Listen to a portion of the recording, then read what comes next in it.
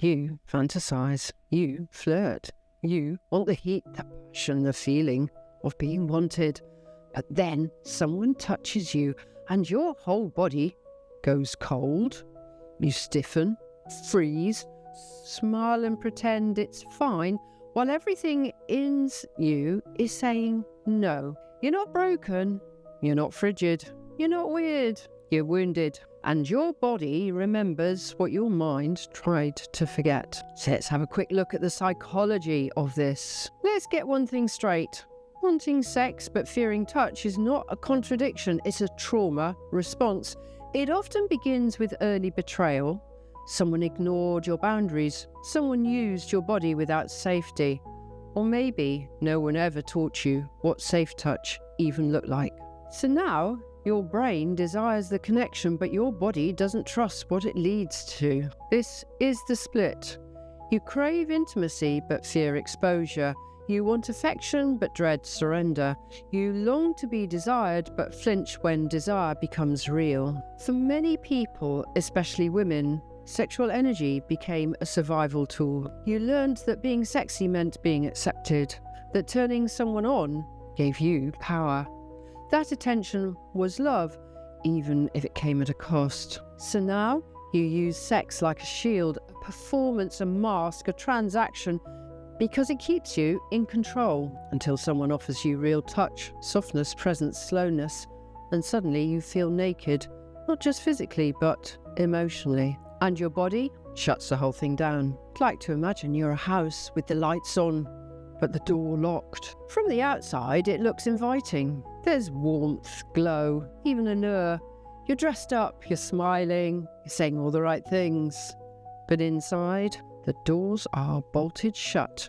Not because you don't want company, but because every time you opened that door before, someone broke in. Now, you can't tell the difference between a visitor and a threat. You want to open up, but your nervous system hits the panic button. So the light stays on, but no one gets in. Because that's what safety feels like when you've only known love as an invasion. So let's look at some solutions as to how to bridge the gap between desire and safety. Firstly, acknowledge the split. Don't shame it. The part of you that wants sex is not the enemy, neither is the part that flinches. They're both valid, they both deserve compassion. Desire is not betrayal, discomfort is not dysfunction. You're not confused, you're conflicted. And that conflict deserves understanding, not self-punishment. I'd like you to write this down. I'm allowed to want connection and still protect my boundaries. You don't have to choose between desire and safety. You can learn to hold them both. Then reclaim touch on your terms. For many survivors, touch is something that was taken, not chosen. So now it's time to reclaim it slowly, consciously. Start with self-touch. Yes, sensual, intimate, exploratory, but also holding your own hand when you feel triggered, wrapping yourself in a blanket, running your fingers over your skin with softness and curiosity. This isn't about self-pleasure, it's actually about ownership.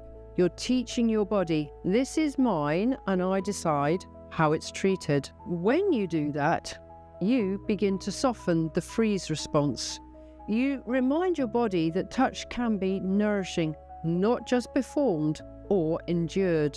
Then, understand the nervous system response. When you flinch at touch, your body isn't being dramatic, it's doing exactly what it was wired to do: protect you. This is called the fawn-freeze loop, a trauma cycle where you smile, please, or detached, stay safe. So the next time you feel yourself checking out mid-kiss, mid-cuddle, mid-sex, pause. Breathe. Don't force yourself to go through it. Ask yourself, is this a memory or a moment? Do I feel safe or just silent? Am I performing or participating? You're not broken. Your body is just trying to do its job. It hasn't learnt that you're safe now. Then, redefine sex from performance to connection. And here's a radical idea. What if sex didn't have to look a certain way? What if it was breath, eye contact, stillness instead of pressure, penetration, or porn-style expectation. Many people think sex has to be about doing, but for the trauma survivor, healing begins with being. Let your body take the lead. Let slowness be the goal. Let touch be an invitation, not an instruction. You don't owe anyone an orgasm, approval, or availability. You owe yourself the right to feel safe in your own skin. Then, finally, say the thing you're afraid will make you undesirable. And here's the fear. If I tell them I freeze during sex, they'll leave. If I admit I'm scared of touch, they'll think I'm broken. But the right person doesn't flinch when you speak your truth. They lean in, they slow down, they listen. And if they don't, they were never the right person. Say it anyway, because your healing lives in the words you're scared to speak. The moment you choose truth over performance, that's the moment you begin to heal. And for my closing comments, here's the truth no one ever told you. You can crave sex and fear touch. You can want love and fear being seen. You can be sensual and still protect your body like a fortress. This doesn't make you broken, it makes you human. A human who was hurt, but is healing. And healing doesn't mean jumping back into bed. It means rebuilding trust with yourself. It means letting your body catch up with your desire. It means choosing connection over performance. It also means saying yes when your whole body agrees. You are allowed to light the fire and walk away if it burns too fast. You are allowed to open the door and still keep one hand on the handle. And you are allowed to feel sexy, powerful, curious, and still say, not tonight, not yet, and not like this. Because your body isn't here to be used, it's here to be honoured. And you're worthy of a touch that doesn't just turn you on, but it puts you back together.